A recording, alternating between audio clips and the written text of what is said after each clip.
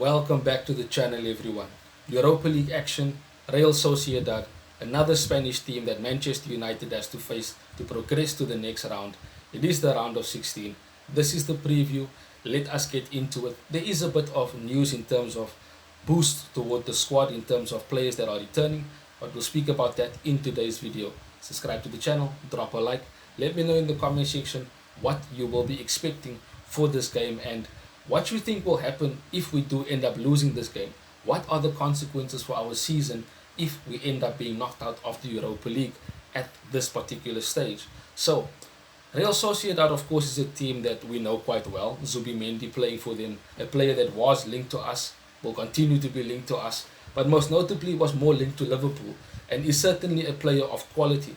They do have the likes of Bryce Mendes, Takefuso Kubo, who you know came from Real Madrid and is one of the most better players. And of course, his playing style is similar to Amar.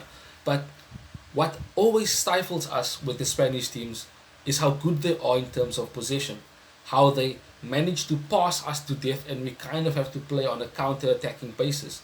Now that might be a very good thing for us because the team kind of is more suited to playing counter-attacking football, and defensively we don't concede a lot of goals.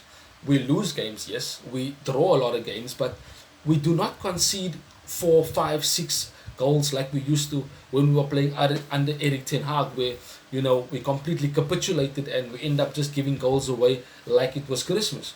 But for this particular time, our defense is quite solid and we concede 1 goal, 2 goals at most. And at times we keep clean sheets, especially in big games. Most notably, they will be played against Arsenal, Liverpool, City, etc. Those games are foundations that the team is supposed to be building upon. And Amorim will continue to say that the team is improving, that they are understanding each other, they're starting to learn and understand what they need to do. But when they are out on the pitch, they definitely look lost. They look like they haven't played together at all, for that matter. And that certainly doesn't help with what Amorim is trying to build. And with the way Real Sociedad will be playing, of course the crowd is going to be up for it. Their stadium will be bouncing. They just lost 4-0 to Barcelona, but this is a different competition. This is a different motivation for them because it's an opportunity to win a trophy. They might not be that as competitive in the league, being ninth in La Liga, but that in itself doesn't mean that they are not a good team. They are a good team, a better team than us. Let's be real on that particular factor. And the way Real Sociedad are going to come at us, certainly they're going to be wanting to keep the ball. And by doing that, they're going to be tiring our players. And if we don't watch runners, if we don't close them down quick enough, which is something we struggle with, getting to our opponents quicker and trying to close them down, the way we are second to second balls, loose balls, those type of things can certainly play against us like it has in previous games. But against a Spanish team who are very, very technical with the ball at their feet, it will be difficult for us to get the ball from them, first of all.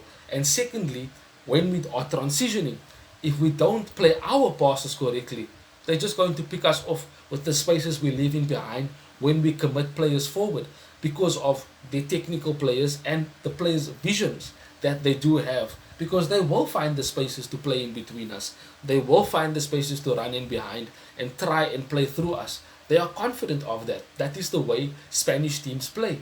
And because they play slower, you would expect us to deal with it much better. But then again, like I said, they are very, very technical.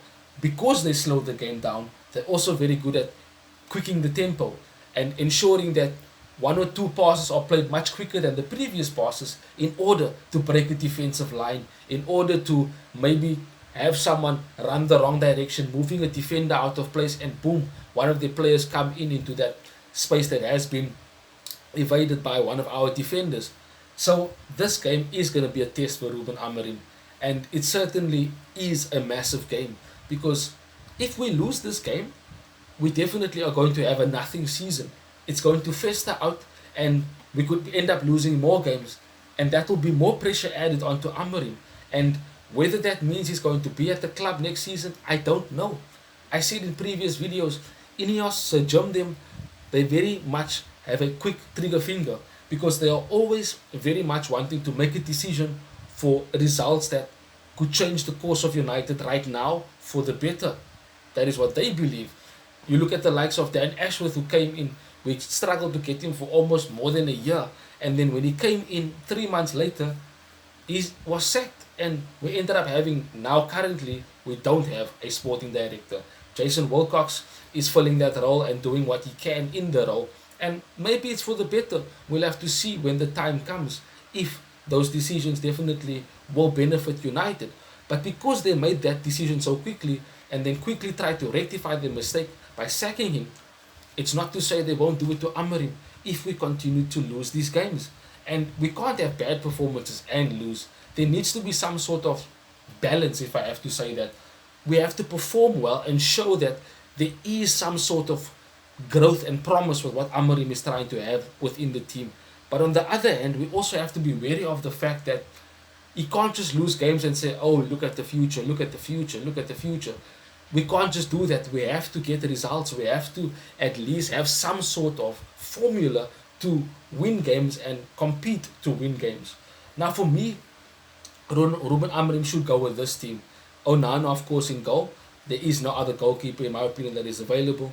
Toby Collier is back in training, but I don't think he'll be starting this game. But it is a boost for our midfield having the likes of Toby Collier back, who can, fill a spot and, of course, give Ruben Amorim another option when he is trying to put certain people into place on the pitch while he's still trying to figure out how the team needs to play, who fills in where for the best roles, whose strengths can, be better suited for a certain position in the field.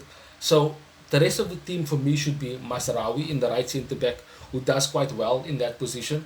De Ligt as the centre back, and Euro as the left centre back because he can play there. Now you can play Mazraoui as the left centre back, of course, but Euro has done well at left centre back, and I think should continue to play there for the foreseeable future. Yes, we have Aiden Heaven, who came on and done quite well, but again, another youngster just came in. Perhaps in the second half, you can bring him on, to provide a bit of more defensive solidity should you need to. So that should be the back three in my opinion. Mazraoui, De Ligt, and Euro. De Loo can go back to right wing back because he's the only player that can play there right now other than Mazraoui. So De Loo can definitely go and play right wing back because Dogu is back and should be starting at left wing back, obviously. The midfield too, as I said, the Spanish teams play slower. And because of that, Casemiro can definitely start this game with his experience of how he knows how to play against Real Sociedad and of course how he has played for Real Madrid in Spain. He knows their style of football, he knows the pace. European football is normally slower, so he can use his intelligence and his skills because the pace is much slower than the Premier League. So definitely start Casemiro alongside Ugarte, and you have two solid midfielders who will definitely be tackling, definitely be closing down, definitely ensuring that they close the spaces and mark the correct men and try and, intercept the passes that they can and break down those attacks that Real Sociedad would like to build up through their midfield with the players that they have at their disposal. Ugarte, of course, we know can definitely use his legs, so will definitely compensate for what Casemiro doesn't have. The front three, in my opinion, Garnacho in the right 10 because of his pace, first of all, against the Spanish team, and he has played against Real Sociedad and scored against them. His first goal for United, no less, which was assisted by Ronaldo. So certainly he has a bit of confidence and memories on that.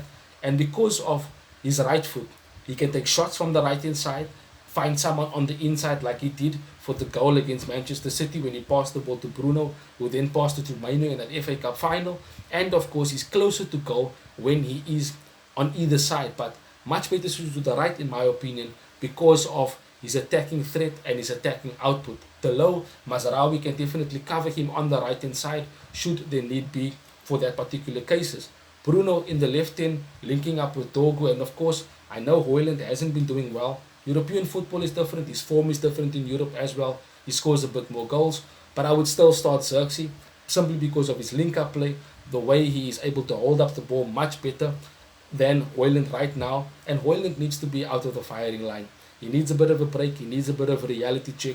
We don't have Chido Obi, but certainly Højlund can come on in the second half, prove a point, and maybe get a goal and use his pace in behind a more tired Real Sociedad in the second half than what they would be in the first. That's the team I would go with. It's the team I think Amorim should go with, and I think it is a team that is capable of getting a result in Spain tomorrow night.